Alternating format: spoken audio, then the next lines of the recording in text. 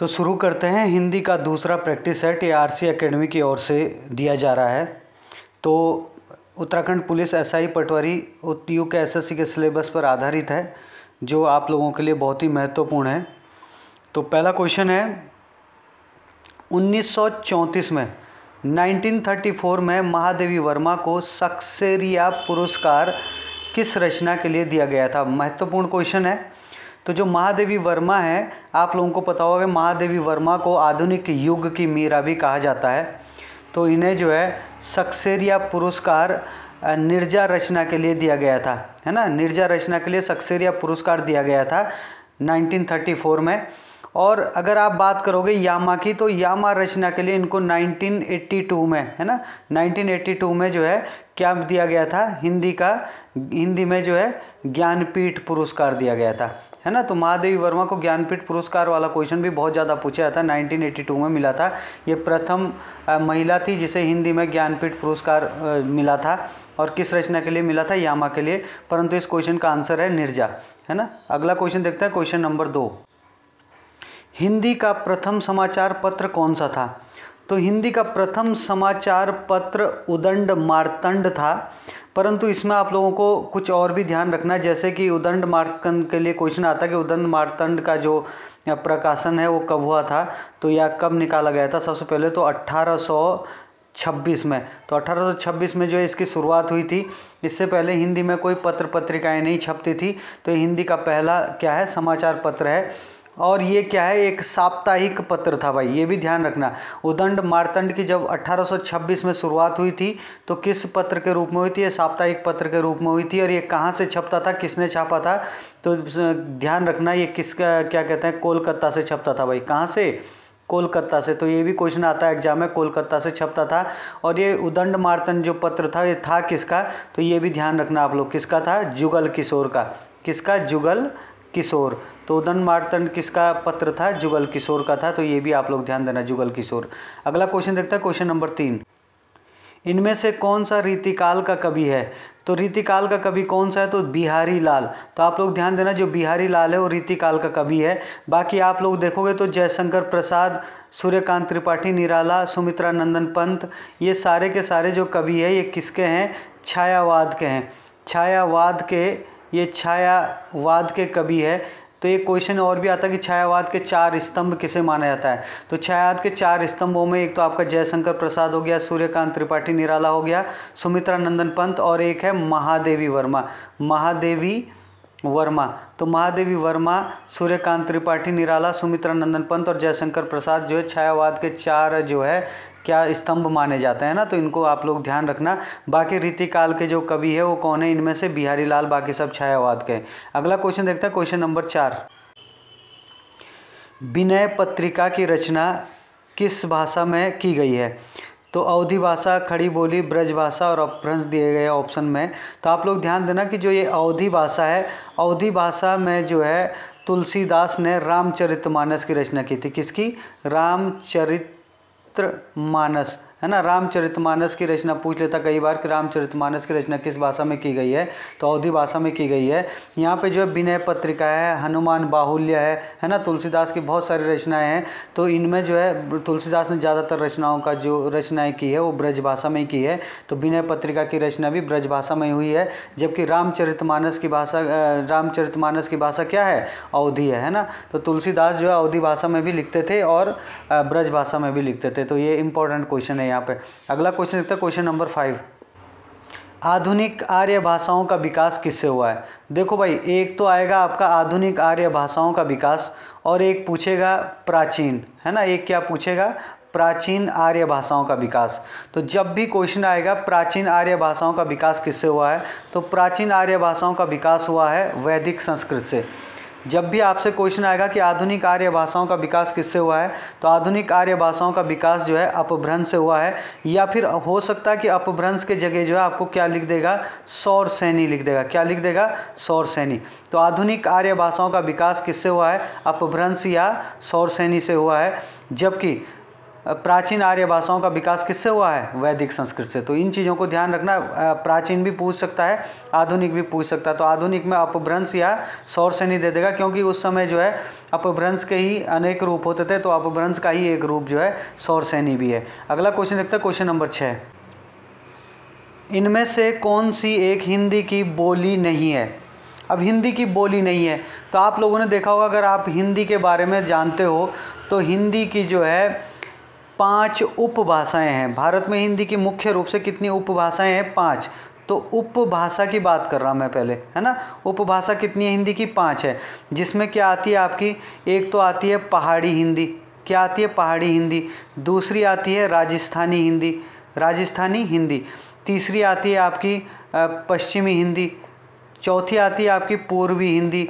और पांचवी आती है आपकी बिहारी हिंदी।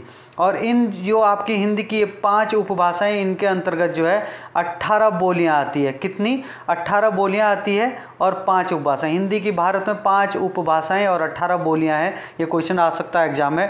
अब इन 5 उपभाषाओं में आप देखोगे तो अगर आप लोग जो है पहाड़ी की बात करोगे तो पहाड़ी में पूर्वी हिंदी, मध्यवर्ती हिंदी और पश्चिमी। जैसे पूर्वी हिंदी है तो इसमें नेपाली आती है, गोरखियाली आती है। मध्यवर्ती में कुमाऊनी और गढ़वाली आती है। और पश्चिमी जो बोली है उसमें जौनसारी आती है। और जबकि अगर आप राजस्थानी की बात करोगे तो राजस्थानी में आपकी पूर्वी राजस्थानी, पश्चिमी जिसमें आपका मारवाड़ी, मेवाती, मालवी और आपका जयपुरी है ना, जिसको ढूंढाड़ी भी कहते हैं, है ना, ये आपकी राजस्थानी में आती है। पश्चिमी हिंदी में देखोगे तो 5 बोलियां आती है पश्चिमी हिंदी में। पश्चिमी हिंदी में जैसे 5 बोलियां आपकी क्या कहते हैं, हरियाणवी होगी, आपकी ब्रजभाषा होगी, खड़ी बोली हो गई, है ना, और क्या कहते हैं कन्नौजी होगी, है ना, इस तरीके से। और अगर आप पूर्वी हिंदी में देखोगे तो पूर्वी हिंदी में आपकी जैसे अवधी होगी, छत्तीसगढ़ी है पूर्वी हिंदी के। बिहारी हिंदी में देखो तो भोजपुरी, मगही और मैथिली भोजपुरी में आती है ना। पर इसमें देखो आप लोग तो भोजपुरी क्या है? एक बोली है ना। हरियाणवी भी बोली है। भोजपुरी क्या है? बिहारी हिंदी के अंतर्गत आती है। हरियाणवी जो है पश्चिमी हिंदी के अंतर्गत आती है। और अगर राजस्थानी की बात करें तो राजस्थानी बोली नहीं है, बल्कि हिंदी की क्या है? एक उपभाषा है। तो इसलिए राजस्थानी जो है हिंदी की बोली नहीं है। तो इसका बी आंसर बिल्कुल सही होगा। अगला क्वेश्चन देखते हैं, क्वेश्चन नंबर 7। इनमें से कौन सा एक दीर्घ स्वर है?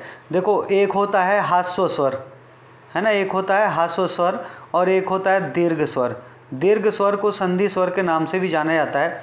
हिंदी में हास्व स्वरों की संख्या होती है 4 और दीर्घ स्वरों की संख्या होती है 7, है ना। तो 7 और 4 टोटल स्वर कितने होते हैं? 11 होते हैं मुख्य रूप से, है ना। तो हास्व स्वर जो होते हैं वो कौन कौन होते हैं? अ हो गया, है ना, छोटी ई हो गया, छोटा ऊ और री, ये 4 होते हैं ना। बाकी सारे के सारे जो स्वर हैं वो क्या आते हैं? दीर्घ स्वर में आते हैं। तो यहाँ पे जो है दीर्घ स्वर पूछ रहा है, तो आ दीर्घ स्वर है, ए भी दीर्घ स्वर है, ओ भी दीर्घ स्वर है। तो ये सभी जो है क्या आएंगे? दीर्घ स्वर में आएंगे। अगला क्वेश्चन देखते हैं, क्वेश्चन नंबर 8। इनमें से किस शब्द में एक वचन है? तो एक वचन है, जैसे तेल है, दर्शन है, प्राण है। तो आप जो है इसको किस तरीके से कर सकते हो सॉल्व? जैसे हमने प्राण पे दे दिया तो उसके प्राण निकल गए हैं। तो निकल गए हैं मतलब एक वचन नहीं है, ये बहुवचन। निकल गए हैं मतलब गए हम एक से ज़्यादा लोगों के लिए यूज करते हैं, तो बहुवचन हो गया। हमने भगवान जी के दर्शन कर लिए हैं, तो लिए हैं बोला, ऐसे नहीं बोलते कि भगवान जी का दर्शन कर लिया है। कर लिए हैं मतलब बहुवचन में यूज किया जाता है ना। मैंने तेल खरीद लिया है, तो तेल जो है एक वचन में प्रयुक्त होता है। तो तेल एक वचन है, बाकी के बाकी जो है दर्शन और प्राण क्या है? बहुवचन है। तो इसका ए आंसर बिल्कुल सही होगा। अगला क्वेश्चन देखते हैं, क्वेश्चन नंबर 9। इनमें से कौन सा एक विशेषण है? तो विशेषण क्या होता है भाई?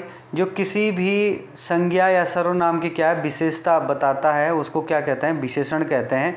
अब विशेषण जो है यहाँ पे देखो, फैन जो है विशेषण नहीं हो सकता, है ना। और शिक्षा भी विशेषण नहीं हो सकता, भ्रम भी विशेषण नहीं हो सकता। तो क्या है? क्षम्य। क्षम्य क्या है? क्षमा से बना हुआ है, तो यही क्या होगा? आपका विशेषण होगा। तो इसका ए आंसर बिल्कुल सही होगा। अगला क्वेश्चन देखते हैं, क्वेश्चन नंबर 10। पूजा ने दाएं हाथ से पत्र लिखा है, इसमें कौन सा कारक होगा? तो देखो भाई, जहाँ पे साधन दिखाया जाता है वहाँ पे क्या होता है? हमेशा करण कारक होता है।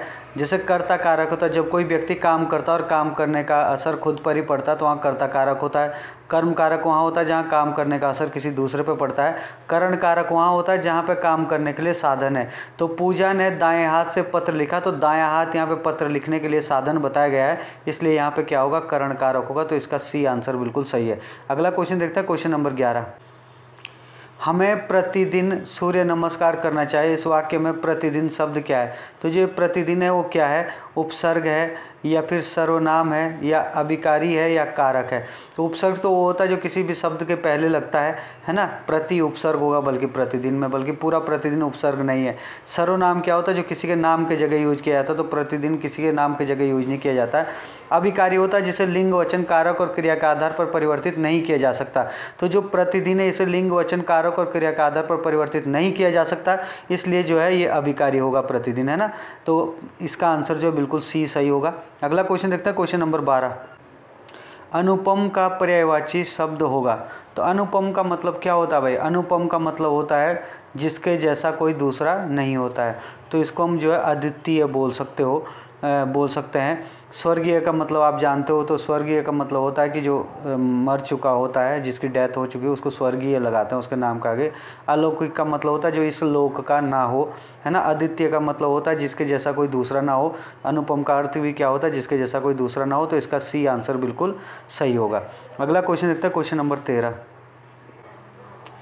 अजन्मा का अनेकार्थी शब्द होगा। तो अजन्मा तो मतलब अजन्म का मतलब है कि जिसने जन्म नहीं लिया होगा, है ना। तो जो जन्म नहीं लेता उसी को अजन्मा बोलते हैं।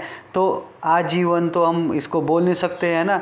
आजन्म भी नहीं बोल सकते, निर्भीक भी नहीं बोल सकते, बल्कि ईश्वर ऐसी चीज़ है जो मतलब क्या है कि जिसका नाश नहीं होता है, जो कहीं भी मतलब मौजूद हो सकता है। ईश्वर की धारणा ऐसी है। तो ईश्वर ही क्या होता है? अजन्मा होता है। तो इसका बी आंसर बिल्कुल सही होगा।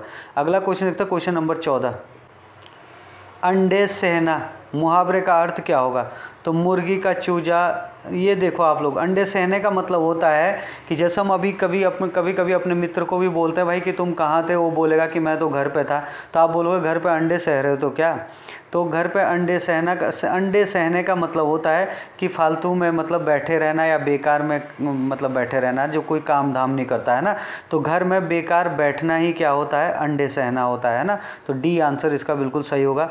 अगला क्वेश्चन देखते हैं, क्वेश्चन नंबर 15। संयोग में किस उपसर्ग का प्रयोग हुआ है? तो उपसर्ग क्या होता है भाई? जो किसी भी शब्द के पूर्व में लगता है, जैसे संयोग है। तो संयोग का संधि विच्छेद क्या होगा?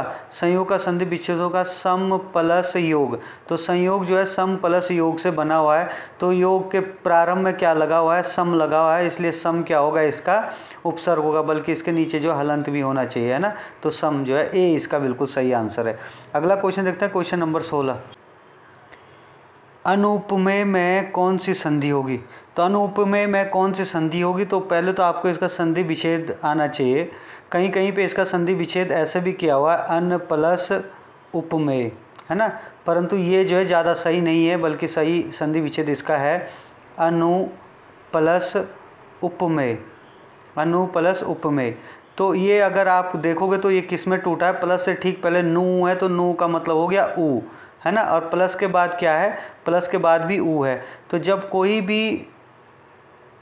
कोई भी शब्द अपने आप में टूटता है या कोई भी संधि अपने आप में टूटती है, जैसे ऊ प्लस ऊ में टूट गया, या आ प्लस आ में टूट गया, ई प्लस ई में टूट गया, या री प्लस री में टूट गया, या है ना। तो उसमें कौन सी संधि होती है? हमेशा ध्यान रखना, उसमें हमेशा जो है दीर्घ संधि होती है। तो इसका ए आंसर बिल्कुल सही है। अगला क्वेश्चन देखते हैं, क्वेश्चन नंबर 7। सफ़ेद गाय तेज दौड़ती है। इस वाक्य में विधेय वर्धक क्या होगा? तो देखो भाई, आप लोग ध्यान देना कि जैसा कोई वाक्य होता है, वाक्य के दो घटक या दो अंग होते हैं। एक होता है विधेय, है ना। एक क्या होता है? विधेय होता है। और एक क्या होता है? उद्देश्य होता है। एक क्या होता है? विधेय, और एक होता है उद्देश्य। और एक होता है, अगर एक विधेय होता है और एक उद्देश्य होता है, ऐसे शब्द जिसके बारे में कुछ बोला जाता है वो उद्देश्य होता है, और ऐसा शब्द जो उद्देश्य के बारे में कुछ बताता है उसे विधेय कहते हैं, है ना। मतलब जिसके बारे में कुछ बोला जाता है वो उद्देश्य, और उद्देश्य के बारे में जो कुछ बोला जाता है उसे क्या कहते हैं? विधेय कहते हैं, है ना। जैसे हम यहाँ पे देखोगे तो बोल किसके बारे में रहे हैं? गाय के बारे में बोल रहे हैं। तो गाय क्या हो गया? इसमें उद्देश्य हो गया। और गाय के बारे में क्या बोल रहे हैं कि गाय क्या है, दौड़ती है। तो गाय क्या है, दौड़ रही है, तो गाय क्या हो गया, इसमें उद्देश्य हो गया। परंतु जो शब्द उद्देश्य के अर्थ में विस्तार करते हैं या उद्देश्य को बढ़ाते हैं उनको उद्देश्यवर्धक कहते हैं, और जो विधेय को बढ़ाते हैं उन्हें विधेयवर्धक कहते हैं। जैसा अभी देखो कि गाय कैसी थी, सफ़ेद, तो सफ़ेद ने क्या है, गाय को बढ़ा दिया है, गाय के शब्द को बढ़ा दिया है, तो सफ़ेद क्या हो गया, यहाँ पे उद्देश्यवर्धक हो गया। और दौड़ती के साथ क्या जोड़ा है कि तेज दौड़ती है, तो तेज क्या हो गया, यहाँ पे विधेयवर्धक हो गया है ना। तो विधेयवर्धक पूछ रहा है यहाँ पे कि विधेयवर्धक क्या होगा, तो विधेयवर्धक क्या होगा इसमें, तेज। तो सी इसका बिल्कुल सही आंसर है। अगला क्वेश्चन देखते हैं, क्वेश्चन नंबर 18।